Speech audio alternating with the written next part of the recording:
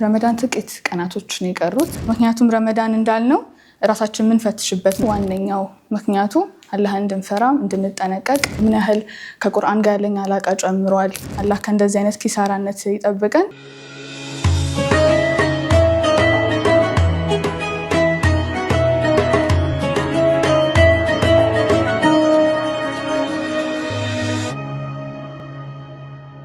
ሰላም አለይኩም ወራህመቱላሂ ወበረካቱ። ይህ በሙስሊም ስቱደንት ተዘጋጅላችሁ የረመዳን ፕሮግራም ነው። ረመዳን ጥቂት ቀናቶች ነው የቀሩት። በእነዚህ ጥቂት ቀናቶች ራሳችንን መጠየቅ ካለብን ነገሮች ውስጥ አንዱ ምን ያህል እኔ ወደ የተሻለው ማንነት ተቀይሬያለሁ ወይስ እዛው ላይ ነኝ የሚለውን ጥያቄዎች ለራሳችን ልንጠይቅ ይገባል።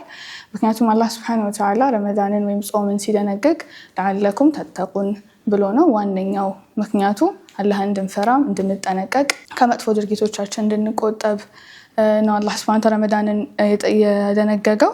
ለዛ ነው ዑለማዎች ከባዱ ጾም የሚባለው ከምግብና ከመጠጥ መታቀብ ወይም ደግሞ ከምግብና ከመጠጥ መቆጠብ ቀላሉ ጾም ነው ይላሉ። ምክንያቱም ከባዱ ምንድነው?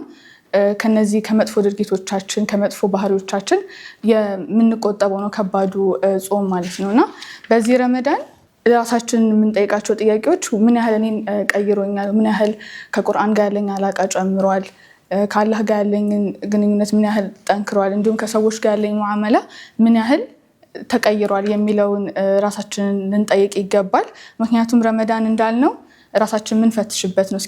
ረመዳን ስኬጁል አይደለም፣ የሆነ ስኬጁላችን የምንቀይርበት አይደለም፣ ራሳችን የምንቀይርበት ትልቅ እድል የተሰጠን ወር ስለሆነ ማለት ነውና ልክ ረመዳን ሲያልቅ በፊት የነበርነው ወይም ደግሞ ከአንድ ወር በፊት የነበርነው ራሳችን አንድ አይነት ሆነን ካገኘ ነው ረመዳን እንደማንኛውም ተራ ቀናቶች እንዳለፉ እንጂ እኛን እንዳልነካ ወይም ደግሞ የኛን ልብ እንዳልነካ ሆነ እኛን ያልቀየረ ከሆነ ዘም ብሎ እንዳለፈ ወር ነው የሚቆጠረው ማለት ነውና አላህ ከእንደዚህ አይነት ኪሳራነት ይጠብቀን።